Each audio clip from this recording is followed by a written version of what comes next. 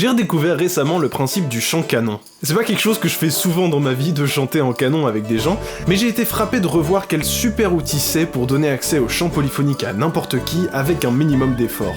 Ça m'a donné envie de me pencher un peu sur ce qui fait du chant canon un art un peu plus subtil qu'en apparence.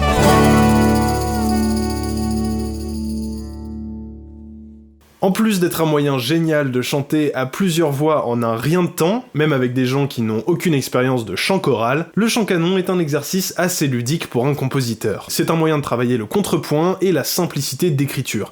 La simplicité d'écriture, parce que si on s'embête à écrire un chant canon pour faciliter l'accès au chant polyphonique, c'est pas pour tout compliquer derrière. Si c'est pour écrire des choses difficiles à mettre en place, autant faire un chant pas canon et le faire chanter à des chanteurs. On va faire 3 choses dans cette vidéo. On va analyser Frère Jacques, puis on se penchera sur un chant canon que j'ai composé il y a bien longtemps et qui est, vous le verrez, complètement raté, puis enfin, on décortiquera un chant canon que j'ai composé plus récemment et qui fonctionne vachement mieux. Frère Jacques, frère... C'est parti pour disséquer la tête de fil du chant canon. Frère Jacques est une masterclass de simplicité, et c'est précisément ça qui en fait un chant super connu. En 3 minutes maximum, on peut apprendre Frère Jacques à 3 potes et commencer à chanter à plusieurs voix. D'abord car la structure est super simple. Encore une fois, si on s'embête à écrire un chant canon, c'est pas pour derrière faire une métrique à 7-8, un cycle de 5 mesures ou je sais pas quoi qui rendra la tâche d'apprendre le chant canon beaucoup plus compliquée. Frère Jacques, la plus grande simplicité, une mesure de cycle. Et pour simplifier encore plus l'apprentissage, on duplique tout pour chanter 2 fois chaque phrase. Frère Jacques, dormez-vous, sonnez les matines. Techniquement, ça change rien qu'on fasse chanter 2 fois chaque phrase, puisque c'est exactement la même chose. On pourrait très bien chanter Frère Jacques, dormez-vous, sonnez les matines, ding ding dong. Mais en dupliquant, pas d'excuses, c'est encore plus simple à apprendre. Quand on écrit un chant canon, on doit toujours commencer par penser vertical, comme en contrepoint. On choisit nos accords, puis on écrit des lignes mélodiques cohérentes, qui suivent nos accords et qui sont logiques à elles seules. Donc on évite les sauts d'intervalles trop hauts, les intervalles trop atypiques, ou n'importe quoi qui donne l'impression que la mélodie est anti-instinctive. Dans Frère Jacques parfait, on a des écarts de secondes, on suit la gamme. La première et la deuxième phrase ont le même contour à 1/3 d'écart, ce qui est une façon hyper commune et logique de développer une mélodie, donc les chanteurs l'auront en tête très vite. Pas d'extravagance rythmique non plus, on ne veut pas se perdre, alors on appuie tous les temps, y a aucun piège. La troisième phrase rend le tout un peu plus fun, on double le rythme, on ajoute un peu de mouvement qui colore même vaguement le premier accord. Mais on retombe sur nos pieds avec 2 noirs qui nous aideront à nous retrouver avec toutes les autres voix. 4ème voix, la basse pour compléter le tout, une intervalle de quarte, simple comme tout à chanter et logique pour tout le monde. Et un point supplémentaire pour Frère Jacques pour une tessiture d'une 9ème, atteinte facilement par tout le monde, voix d'homme et voix de femme confondues. Parce que oui, en chant canon, il faut que tout le monde puisse chanter toutes les voix, peu importe sa tessiture naturelle.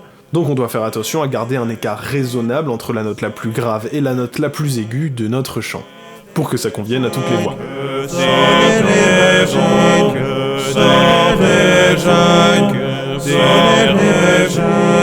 Bon, bien joué Frère Jacques, tu es simple et efficace. Malheureusement, t'es un peu chiant. Bah ouais, en fait on atteint assez vite les limites de la simplicité. L'avantage reste que c'est un canon très facile à apprendre à des enfants ou à n'importe qui n'a pas beaucoup d'expérience en musique, mais Frère Jacques, de l'extérieur, c'est comme si quelqu'un jouait ça en boucle.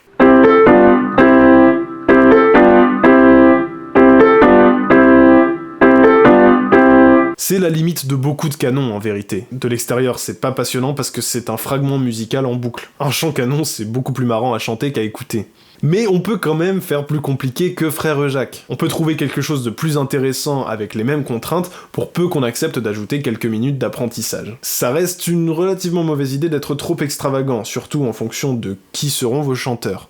Mais on peut se permettre des phrases plus longues par exemple. Ce sera un peu plus long à apprendre mais la boucle sera moins ennuyeuse. Vous pouvez écouter le canon belge Un gai luron des Flandres par exemple, qui a des phrases beaucoup plus longues, ce qui le rend beaucoup plus agréable à écouter que Frère Jacques. Mais maintenant, regardons ce qu'il ne faut pas faire quand on se prête à l'exercice du chant canon. Regardons un beau contre-exemple. Mon petit lapin. Mon petit lapin est un chant canon pour enfants que j'ai composé dans mes premières années d'apprentissage de la composition, basé sur des paroles passionnantes trouvées sur internet, et qui est un désastre. Commençons par regarder ce qui convient déjà. Le cycle est logique rythmiquement, on a des rythmes simples mais variés d'une phrase à l'autre, ce qui permet un mélange plus ludique des différentes voix, et une boucle un peu moins ennuyeuse. Maintenant, ce qui ne va pas. J'ai eu l'idée de baser mon canon sur la suite d'accords 2-5-1 très répandue dans le jazz, parce que j'apprenais le jazz à l'époque. Pourquoi pas en soi. C'est un peu ambitieux de commencer son canon sur un 2e degré en vérité, ça perd un peu les chanteurs dès le début puisqu'ils savent pas dans quelle tonalité ils sont.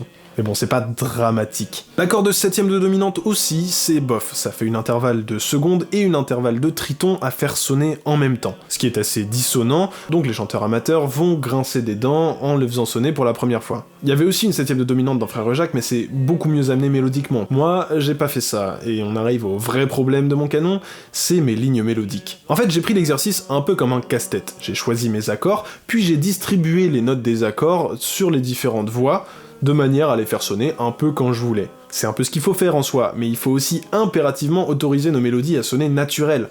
Le problème de juste distribuer des notes sans se poser la question de comment elles s'enchaînent sur chaque voix, c'est qu'on va avoir des sauts d'intervalle hyper bizarres. Regardez, j'ai voulu faire un canon pour enfants, et je demande aux chanteurs de chanter un triton, à savoir l'intervalle le plus dur à chanter naturellement. Tin. Écoutez-moi ce bazar inchantable.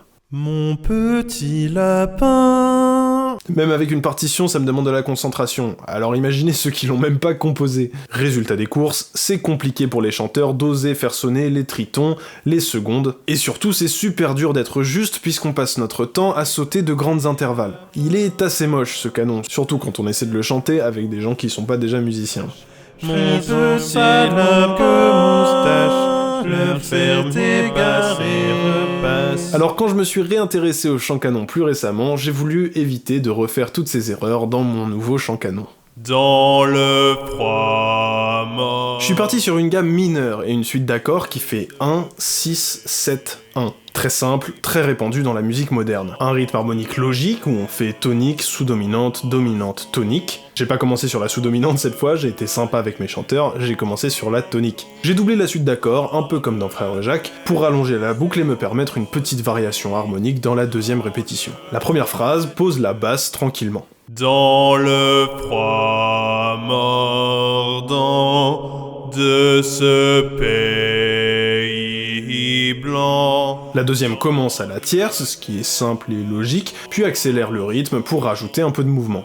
J'ai fait un petit piège en changeant l'ordre de 2 notes entre la première et la deuxième répétition de la cellule harmonique. Les 2 cellules sont des mélodies logiques, rien de trop extravagant, mais tout juste différentes, ce qui m'a permis certes de varier un petit peu mon harmonie, mais ce qui m'a aussi, je vais pas vous le cacher, valu de répéter plus longtemps avec les chanteurs pour ne pas se tromper à cet endroit-là.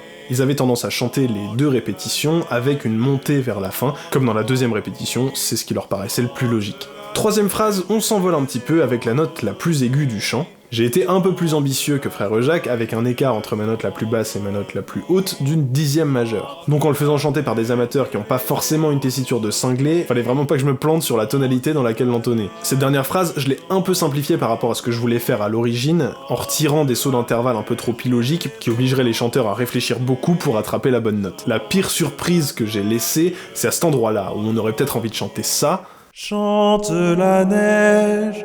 Et où il faut chanter ça. Chante la neige. Ça s'est pas trop mal passé. Puis la dernière note de la dernière phrase, alors que tout porterait à croire que ce serait la tonique, est en fait la tierce. D'une part pour compléter l'accord, et d'autre part pour relancer la boucle et rendre logique le fait de recommencer. C'est pas illogique mélodiquement, dans le contexte, mais un peu surprenant de pas finir sur la tonique à la fin d'un chant. Et le texte fait un peu la même chose d'ailleurs. C'est un schéma de rime très basique sur les 2 premières phrases. Mordant rime avec blanc, ski rime avec endormi, donc logiquement on s'attendrait à ce que le dernier mot rime avec soleil, mais j'ai décidé de briser le rythme avec le mot vent. Ça frustre, ça instaure de la tension, ce qui nous renvoie au début du canon pour relâcher cette tension. C'est un peu l'équivalent de finir sur une dominante, mais avec les rimes. Le texte d'ailleurs peut être très intéressant à travailler dans un chant canon. Pas tellement pour ce que ça raconte, puisque tout sera chanté en même temps, donc on comprendra pas grand chose, mais plutôt pour travailler les sonorités. Chaque phrase doit avoir un texte différent. Le texte, pour quelqu'un qui n'est pas chanteur, c'est ce qui permet de retenir la mélodie. Apprendre un canon qui n'a pas de texte, qui serait chanté sur une voyelle, ce serait super dur pour beaucoup de monde. Et c'est pareil si toutes les phrases ont exactement le même texte. J'ai fait l'erreur d'ailleurs dans Mon Petit Lapin, où on chante 4 fois « Cherche-moi », avec une petite variation qu'on a tous envie d'oublier étant donné que le texte est le même. Donc bref, beaucoup de vos chanteurs vont être incapables de retenir vos mélodies si vous faites ça. Et même pour les pros, un texte différent simplifie vachement la tâche. Ceci étant dit, rien n'empêche, tout en variant le texte, de travailler sur des assonances pour uniformiser le timbre. Par exemple, si vos phrases riment entre elles ou se terminent sur un même mot, chaque fin de phrase sonnera uniforme, comme si un chœur chantait la même chose sur différentes voix. Si vous vous débrouillez même pour que chaque phrase ait les mêmes voyelles dans le même ordre, ça peut vous permettre de donner l'impression d'un chœur uniforme. Que vous soyez compositeur ou non, j'espère que cette vidéo vous aura donné envie de chanter des canons. Le répertoire de chants canons francophones est hyper vaste. Il en existe énormément, et ils n'attendent que vous pour être chantés. C'est vraiment quelque chose de top à faire avec sa famille, ses amis, pour passer le temps dans la voiture, en cuisinant, ou n'importe quand, même dans une soirée tranquille. C'est comme un jeu d'apprendre un chant canon, et ça vous fait chanter ensemble. Et chanter ensemble, vous le savez, c'est génial. Ça vous vaudra peut-être d'avoir l'air un peu bizarre en proposant ça si vous n'avez pas l'habitude de chanter avec votre entourage, mais ça peut valoir le coup. Et enfin, si vous êtes compositeur, j'espère que cette vidéo vous aura donné envie de vous essayer à l'exercice du chant canon. Si vous en composez, n'hésitez pas à me les envoyer, ça me fera super plaisir de les découvrir. Et qui sait, pourquoi pas les chanter dans une prochaine vidéo pour les faire connaître et renouveler un peu le répertoire. Blanc, chante la neige sous nos skis.